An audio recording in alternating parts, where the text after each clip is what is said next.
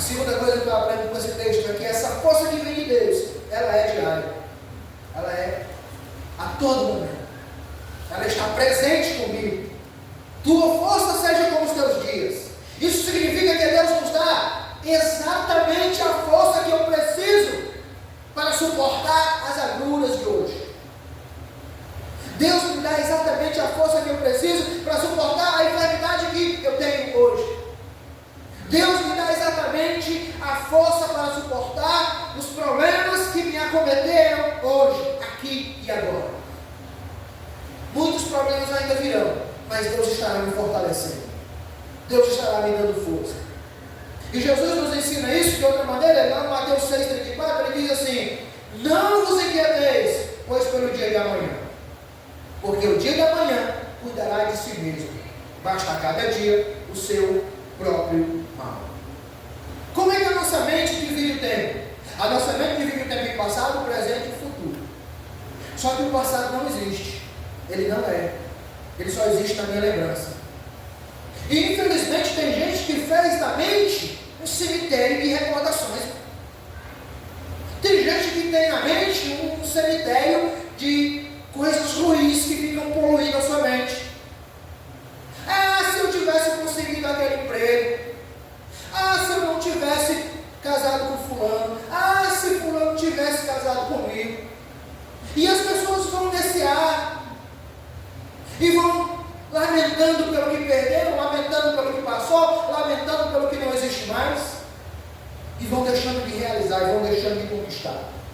E Deus está me dando força para conquistar, Deus está me dando força para fazer, e eu não recebo essa força, eu fico no passado o tempo inteiro. Ou então eu fico no futuro, e o futuro também não é, porque ele não chegou.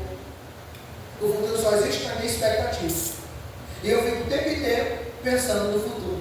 Ah, eu vou fazer isso, eu vou fazer aquilo, eu projeto isso, eu projeto aquilo, mas nós não temos nenhuma certeza de Deus que nós chegaremos lá.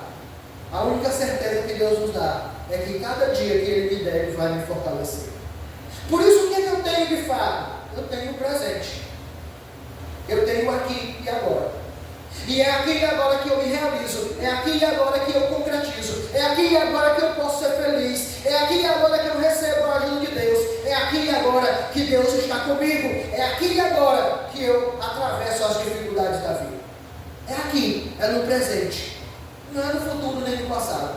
É no presente momento que Deus vai me fortalecendo o tempo inteiro. Por isso a promessa é uma força para cada dia. E Jesus diz: não se preocupe com o dia de amanhã. O dia de amanhã vai saber cuidar de si mesmo. Ocupemos em hoje. Ocupemos em realizar hoje. Ocupemos em fazer hoje. Ocupemos em conquistar hoje aquilo que precisa ser conquistado. Sabendo que Deus está conosco e que a graça dele é mais do que suficiente para as nossas vidas. 2 Coríntios 12, 9, o apóstolo Paulo orava para que Deus retirasse dele uma enfermidade que o próprio Deus tinha colocado por causa da soberba. Irmãos, existem 3 tipos de sofrimento que a Bíblia apresenta. O primeiro deles é o sofrimento provocado. Você pode ver isso na vida de Sansão. Sansão nasceu para brilhar. Inclusive o nome dele que significa pequeno sol. Ele passou 20 anos julgando Israel em pecado, brincando com as coisas de Deus. Ele tinha uns pactos que ele não poderia quebrar, e ele quebrou os pactos. Quando ele quebrou o último, o Espírito Santo retirou dele. E aí ele foi padecer. Todo o sofrimento que Sansão causou e produziu foi pelos atos dele. Existe um tipo de sofrimento que é o sofrimento por provação, que é o caso de Jó. Jó era reto, rico, temente a Deus, desviava do mal. No entanto, Deus permitiu que Satanás tomasse todos os bens dele, inclusive os 10 filhos. Depois, Deus permite que Satanás venha e toque no corpo dele. A Bíblia diz que ele estava tomado de feridas da planta do pé ao alto da cabeça. Tem um momento que ele diz assim: só na face dos meus dentes não há chagas. Esse homem não pediu nada disso, não fez nada para merecer isso, e no entanto Deus, por uma provação, permitiu isso na vida de Jó. E o terceiro motivo de sofrimento é o que mais nos acomete, Um dos que mais é a soberba. Deus vai deixar a soberba e dar graça aos humildes. O próprio Paulo diz: eu conheço um homem que há 14 anos esteve no parede de Deus, você fala do corpo não sei, mas o que viu, eu não foi permitido falar. Mas por causa da grandeza da revelação, ele me colocou um espírito na carne para que eu não me soberbecesse. Então Deus permitiu essa enfermidade em Paulo por causa da soberba que ele tinha. E ele reconheceu isso.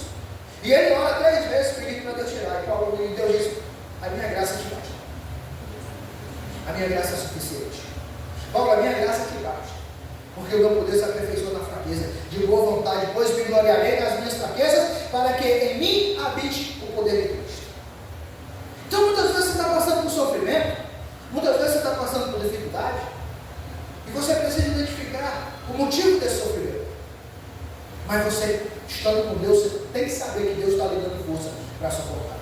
Pode ser uma enfermidade, pode ser um desemprego, pode ser um relacionamento, a quebra de um relacionamento, seja o que for, meu irmão. Deus está com você e a graça dele está te fortalecendo. Os homens podem dar respostas negativas aos seus filhos, mas Deus não. A resposta de Deus, ela é sempre positiva. Até o não de Deus é positivo. Porque quando Deus me dá um não, Ele me dá um não sempre para o meu bem, para algo que eu não saberia gerenciar. O não de Deus, ele equivale-se ao sim. Porque é para o bem, porque é pela graça, porque é pela misericórdia, porque é pela força e o poder dele. A graça de Deus, irmãos, ela nos fortalece e nos dirige na caminhada de vida. Provérbios 16, 19: o coração do homem planeja o seu caminho, mas o Senhor lhe dirige os passos. Às vezes as coisas vão dando errado na nossa vida, e é Deus que está te dirigindo os passos.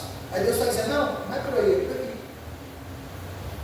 Eu não quero que você ande nesse caminho, eu quero que você ande nesse. Às vezes, você arruma um certo tipo de amizade que não é para fazer parte do seu ciclo de amizade, e aí aquilo começa a dar problema, e Deus está mandando você se afastar, e você não dá ouvidos à voz de Deus. Então Deus ele vai fazendo na sua caminhada. A providência divina é especial, ela está disponível para mim e para você. E Deus vai dirigindo os passos daqueles que estão na sua presença. Salmo 37, 23. Os passos de um homem bom são confirmados pelo Senhor e deleita-se no seu caminho. Então, se você anda na presença dele, se você está na presença dele, se você anda de acordo com o seu querer, os passos dele, Deus vai estar dirigindo.